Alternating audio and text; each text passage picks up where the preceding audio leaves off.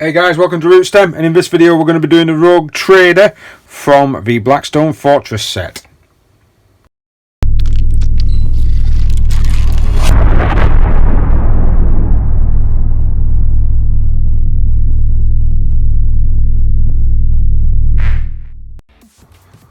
Hi guys, thanks very much for watching. Please like, share, subscribe, hit the notification button if you do want to see more of the following content. Hopefully, fingers crossed, we're going to have some more battle reports coming actually soon. It's been a while, it's been ages since the COVID thing hit. When this actual video comes out, I'm hoping that it's well into normality, because I've got quite a few videos of these stacked up because I've been doing them as best as I possibly can, although I've not been furloughed, so I've been slower than what I actually thought. As you can see, we've got the Rogue Trader. If you watched the previous video, I'll tell you how to prep this guy. We've got some zenithal highlighting coming on with the Grey Seer, and effectively we're going to start, basically we're doing something really basic, and we're just going to dry brush the guy with white. So a simple dry brush of white. I'm using White Scarf from Citadel. I'm also using the Citadel medium dry brush as well. Just make sure that you wipe, you get your excess off, and then we're just going to mainly concentrate just going upon the up bits here. We're going to hit a little bit of the face and head. Let's get some of that in there. Now when we put the contrast paint on, this will actually give us some nice contrast. Amazing. I'm going to do a little bit on the cloak, but I'm going to concentrate mainly on the bottom.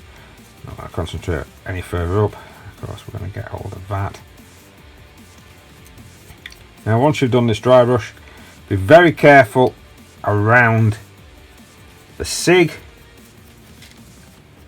of cigar. Just make sure you get the boots as well. So we're starting off with painting the cloak.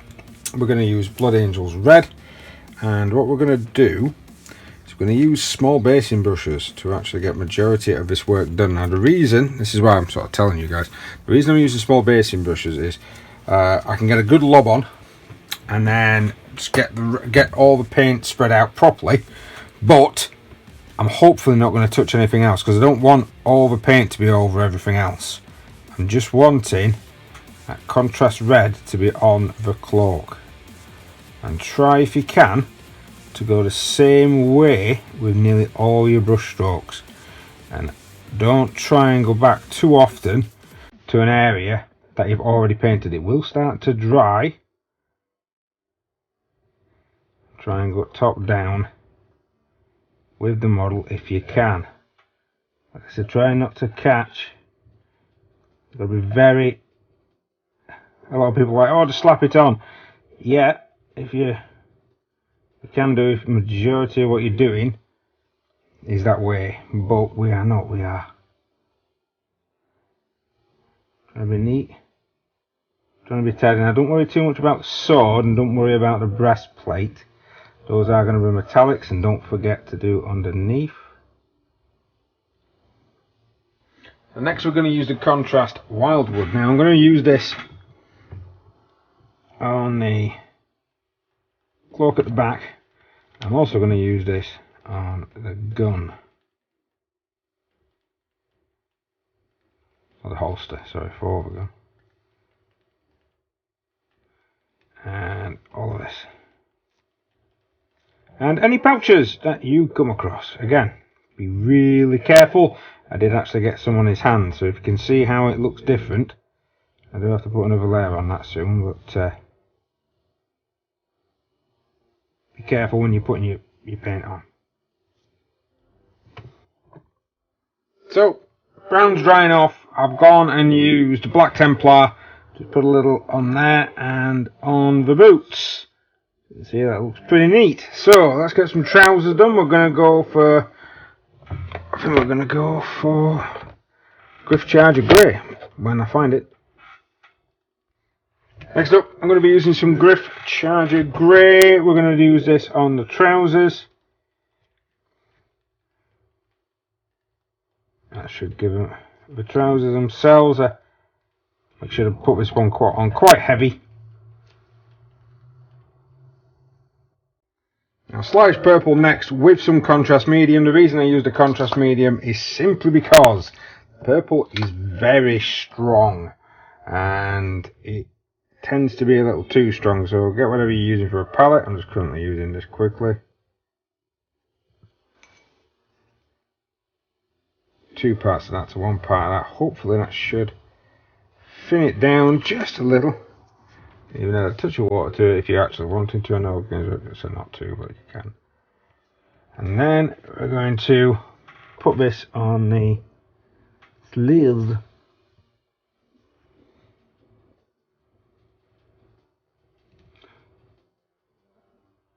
I'll reiterate myself again, be really careful and putting this on. So dark oak flesh up next. Just going to use my bigger brush on the hands. When it comes to the face, you've got to remember you've got a moustache there. So you're going to need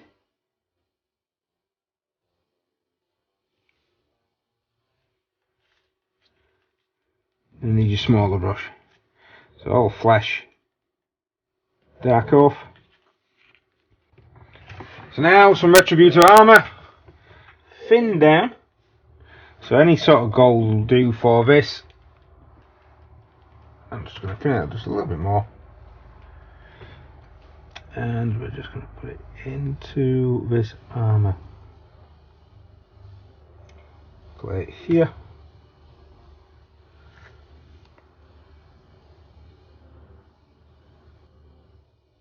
So lead belcher. This is effectively to do just a little bit down here, and we're going to do all of the sword. We're also going to, when I find my lead belcher, I'm going to actually paint the cigar holder with lead belcher as well. I think he's got a lot of gold and red already on the figure, so I'm just trying to knock that off, and we'll be painting the eye as well with some lead belcher. Next up, 50-50 Seraphim Sepia and Lamy Medium. Now we're going to put this all over the bones and claws, trying to get a browny colour going, but I don't want to cover it too much.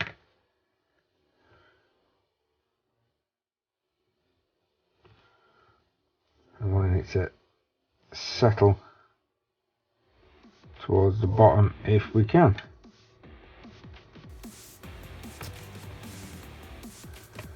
So while waiting for the lamy mix to dry, as you can see, it's kind of giving it a bit of an off-bone colour. I've reinforced some of the hair and moustache with some gracia. I've also reinforced some of the wisps of smoke coming off the cigarette. I've applied, I've actually not done it there, but I'm going to have to do it in a minute.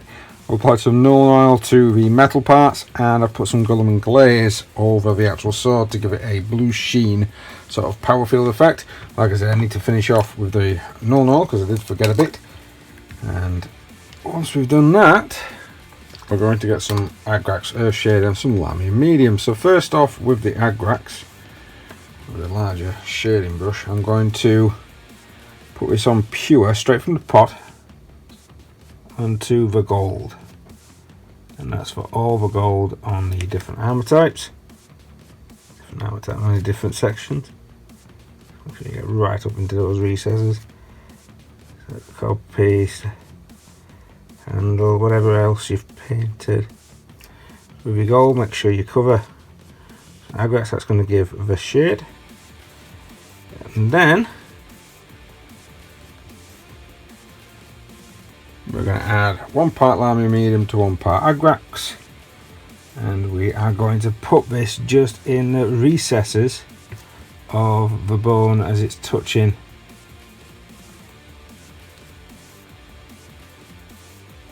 So we're not going to put it kind of further up the bone. We're going to keep that lighter colour up there. And we're just going to put this towards the end, and we're just going to run it across the main furrow of the face. And into those eyes. And that one now. Hopefully give us a nice shaded effect to the bone without us having to do much work. Now, something else that I'm doing at the moment, you don't have to follow this stage, so I'm not going to put the paints up, but this is Janus Draik yellow with 3 parts contrast medium, and this is mainly just going to be put onto the wisps of smoke just to tint it, and I'm going to put it on, and then I'm going to rub my finger across it like so. That should take the majority up, but then it's just going to give a yellowing. So it's kind of going to give a little bit of a smoke yellowing to the smoke in its stencil formats. And for some finishing touches, I've just done a little bit of contrast white and contrast red. As you can see, that's a pretty decent looking figure. Now, it's not completely finished, because what I am going to do is just to do little bits just to make it stand out. One of the little bits I'm going to do is just to put some aggrex Earthshade gloss version into the leather pieces. So it's kind of pretty much done. If you wanted to leave it there, it would be perfect, but what I'm going to do is I'm just going to dry brush some Evil Sun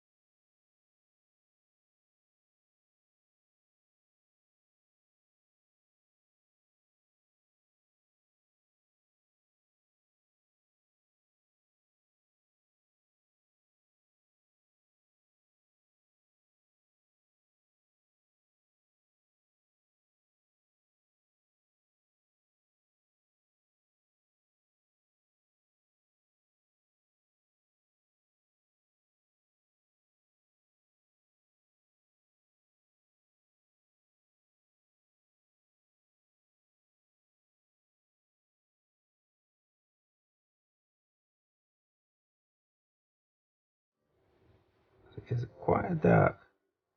Can be quite a colour. A dark colour can dark off. So Stormhost is what we're wanting. We're wanting it a little bit thin, a little bit runny. Well, your usual. Make sure you shake it up with, and I'm just going to use a wet palette to. Okay. And then we just want to pick out edges.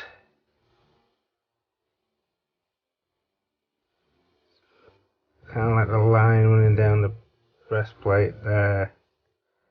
Bits of the eagle. As you can see, this is quite thin, because we can always build it up if we need to.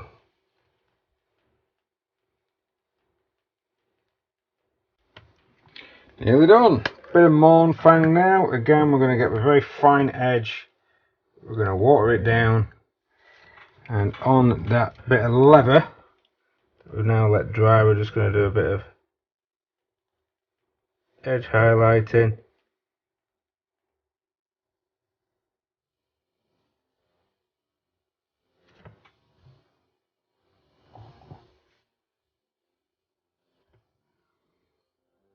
So one of the final things we're doing is some Tyrant Skull Dry. It's a brand new pot. I've had to discard an old one. I'm just going to lightly, on here, I'm going to go up against the fur, and I'm also going to catch the bone at the same time.